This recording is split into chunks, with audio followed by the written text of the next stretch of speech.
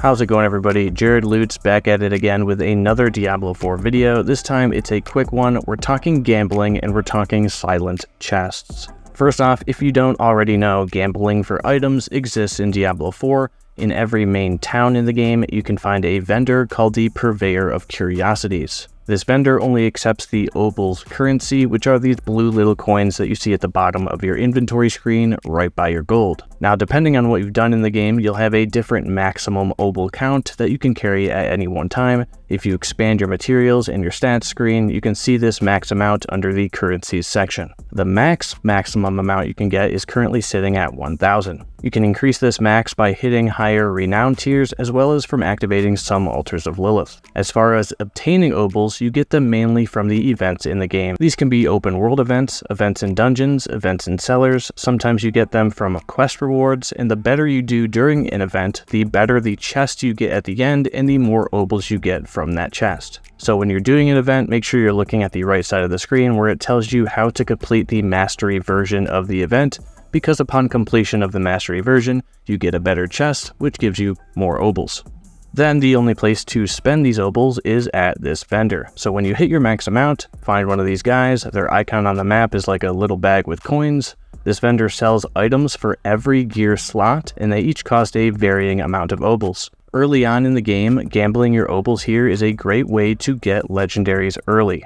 Legendaries come with aspects. You can extract those aspects and put them on other pieces of gear or save them for later. Either way, this vendor is great for that. Let's say your helmet slot is kind of lacking. You want a higher item power one, maybe one with more armor. You can't get one to drop. Come here, spend Obols on the helmet, and hope you get lucky. This vendor is also a fantastic way to target a specific aspect. For example, let's say you're trying to find the aspect of Torment for Necromancer. This aspect can only be found on rings. So you come to the Purveyor of Curiosities and you gamble on a bunch of rings to see if you can get a legendary with that aspect. Now, if you're higher in level and in World Tier 3 or 4, I'm not sure at what level exactly sacred items start showing up here, but I know that ancestral items start showing up at vendors at level 73. But it's still only the chance to get sacred or ancestral items. Even though this item here shows it's ancestral by the white halo at the top of the item art, when I buy it, there's a chance it's not ancestral. Same goes for sacred. Now, what this vendor also sells is an item called Whispering Keys. These are used to unlock the silent chests found around the open world.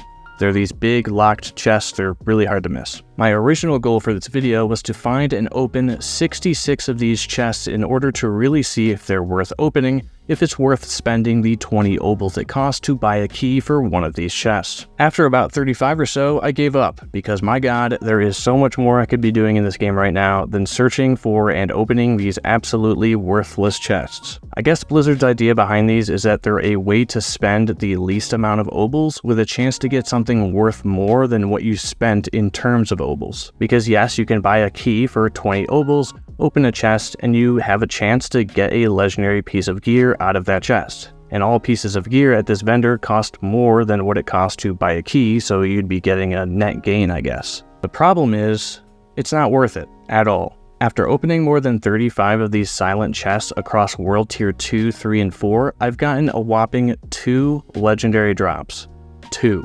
And you have to find these chests first as well, unless there's like an online map out there that shows all the spawn areas for them, which I haven't been able to find if it exists. I was trying to make my own map for them before I realized just how garbage these chests are. It's much better to save your Obols and gamble on an item slot you need for double or triple the price of a key versus buying a key and having a super low chance of getting a legendary of a random slot that you might not need. So I just wanted to make this video to kind of act as a PSA for new or casual players to not waste your Obols buying these keys and to not waste your time opening these chests. Take it from me, someone who has opened way too many of them and has like 30 excess keys sitting in my stash that will forever collect dust. They are not even worth the single consumable slot they take up in my inventory. Not sure what Blizzard can do to change these chests. Maybe in the future they can find some other use for them not tied to gambling. I don't know. I was thinking at first it would be cool to have like a super rare chance to get a cosmetic drop from them, but the problem then is people would just be farming these chests all the time for the cosmetics.